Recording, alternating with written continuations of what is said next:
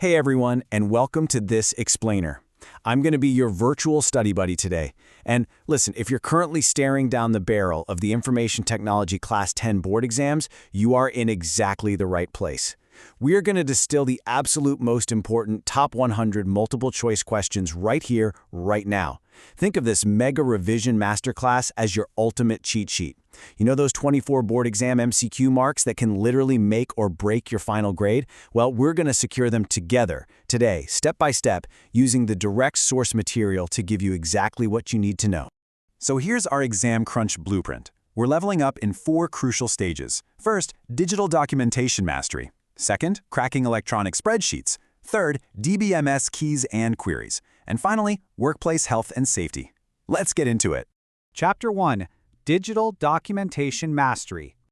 Okay, digital documentation is the foundation of this exam. And styles and formatting?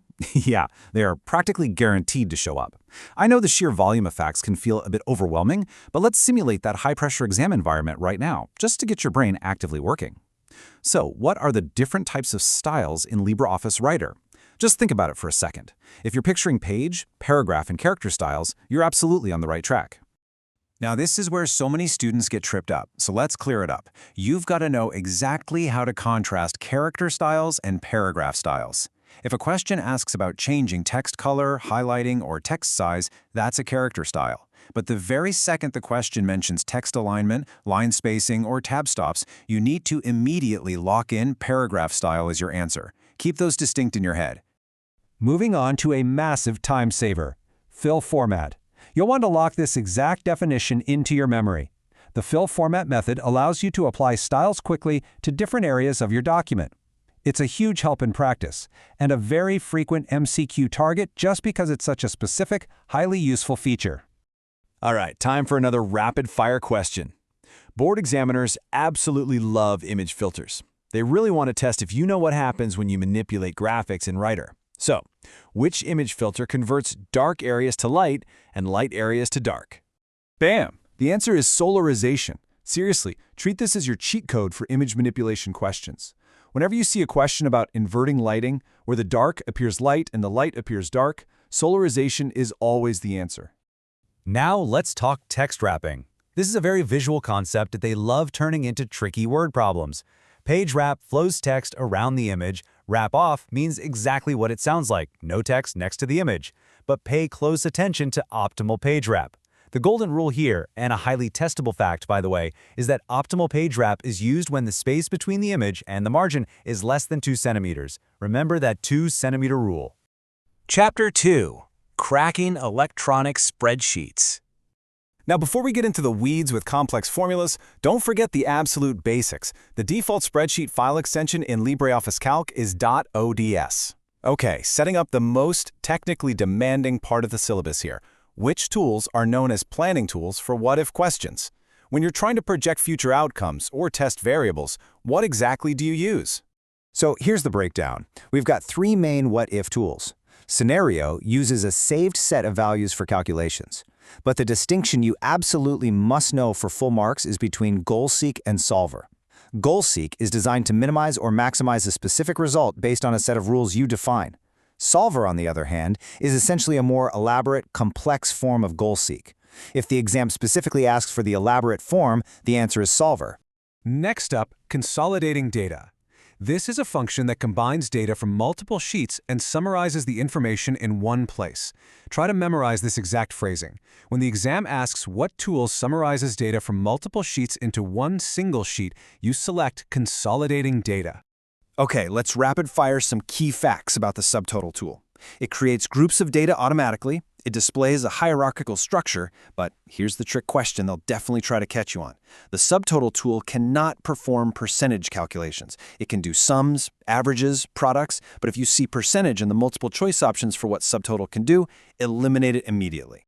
Now let's talk macros. A macro is basically a single instruction that acts like a function to execute a whole set of instructions. It's designed to automate repeated tasks and save you a ton of time. And here's a tiny obscure detail that examiners absolutely love testing. What's its default name? The default name of a macro in LibreOffice Calc is simply main. Chapter 3, DBS, Keys and Queries. Let's kick this one off with a super quick trivia fact that actually pops up in the history section of the MCQ Bank, 1970. That's the exact year E.F. Codd proposed the relational database model, which is the most commonly used database model in the world today. Just keep 1970 in your back pocket in case they try to test your history chops. Let's keep that interactive pace up. Mentally picture the structure of a database table in your head right now. The columns, the rows. Now answer this. What holds the data values of one single type in a database? To get that right, we really have to understand the logic between an entity and a field. Think of an entity as the big picture, a real-world object that stores information, like a student. The field, however, is the tiny, specific detail within that entity, like the student's roll number. The field is the smallest entity holding data values of just one single type. So, field is the answer to that previous question. All right, let's untangle two concepts that always confuse people, the composite key and the foreign key. To keep these straight during the exam, you really just need keyword associations. When you see a key that uses more than one field to identify a record, memorize that as the composite key. When you see a key that builds relationships between two or more tables, lock that in as the foreign key. Multiple fields equals composite. Relationships equals foreign. Easy, right? Here's a super quick checklist of essential DBMS definitions you absolutely must know. SQL stands for Structured Query Language.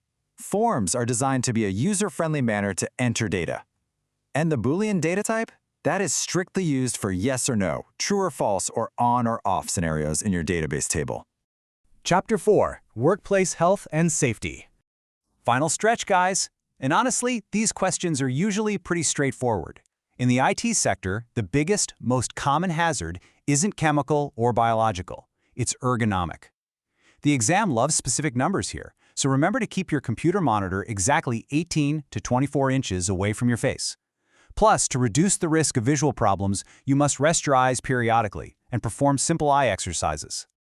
Okay, check out this ultimate cheat sheet for fire hazard classifications. You need to map these letters in your head right now to breeze through these MCQs.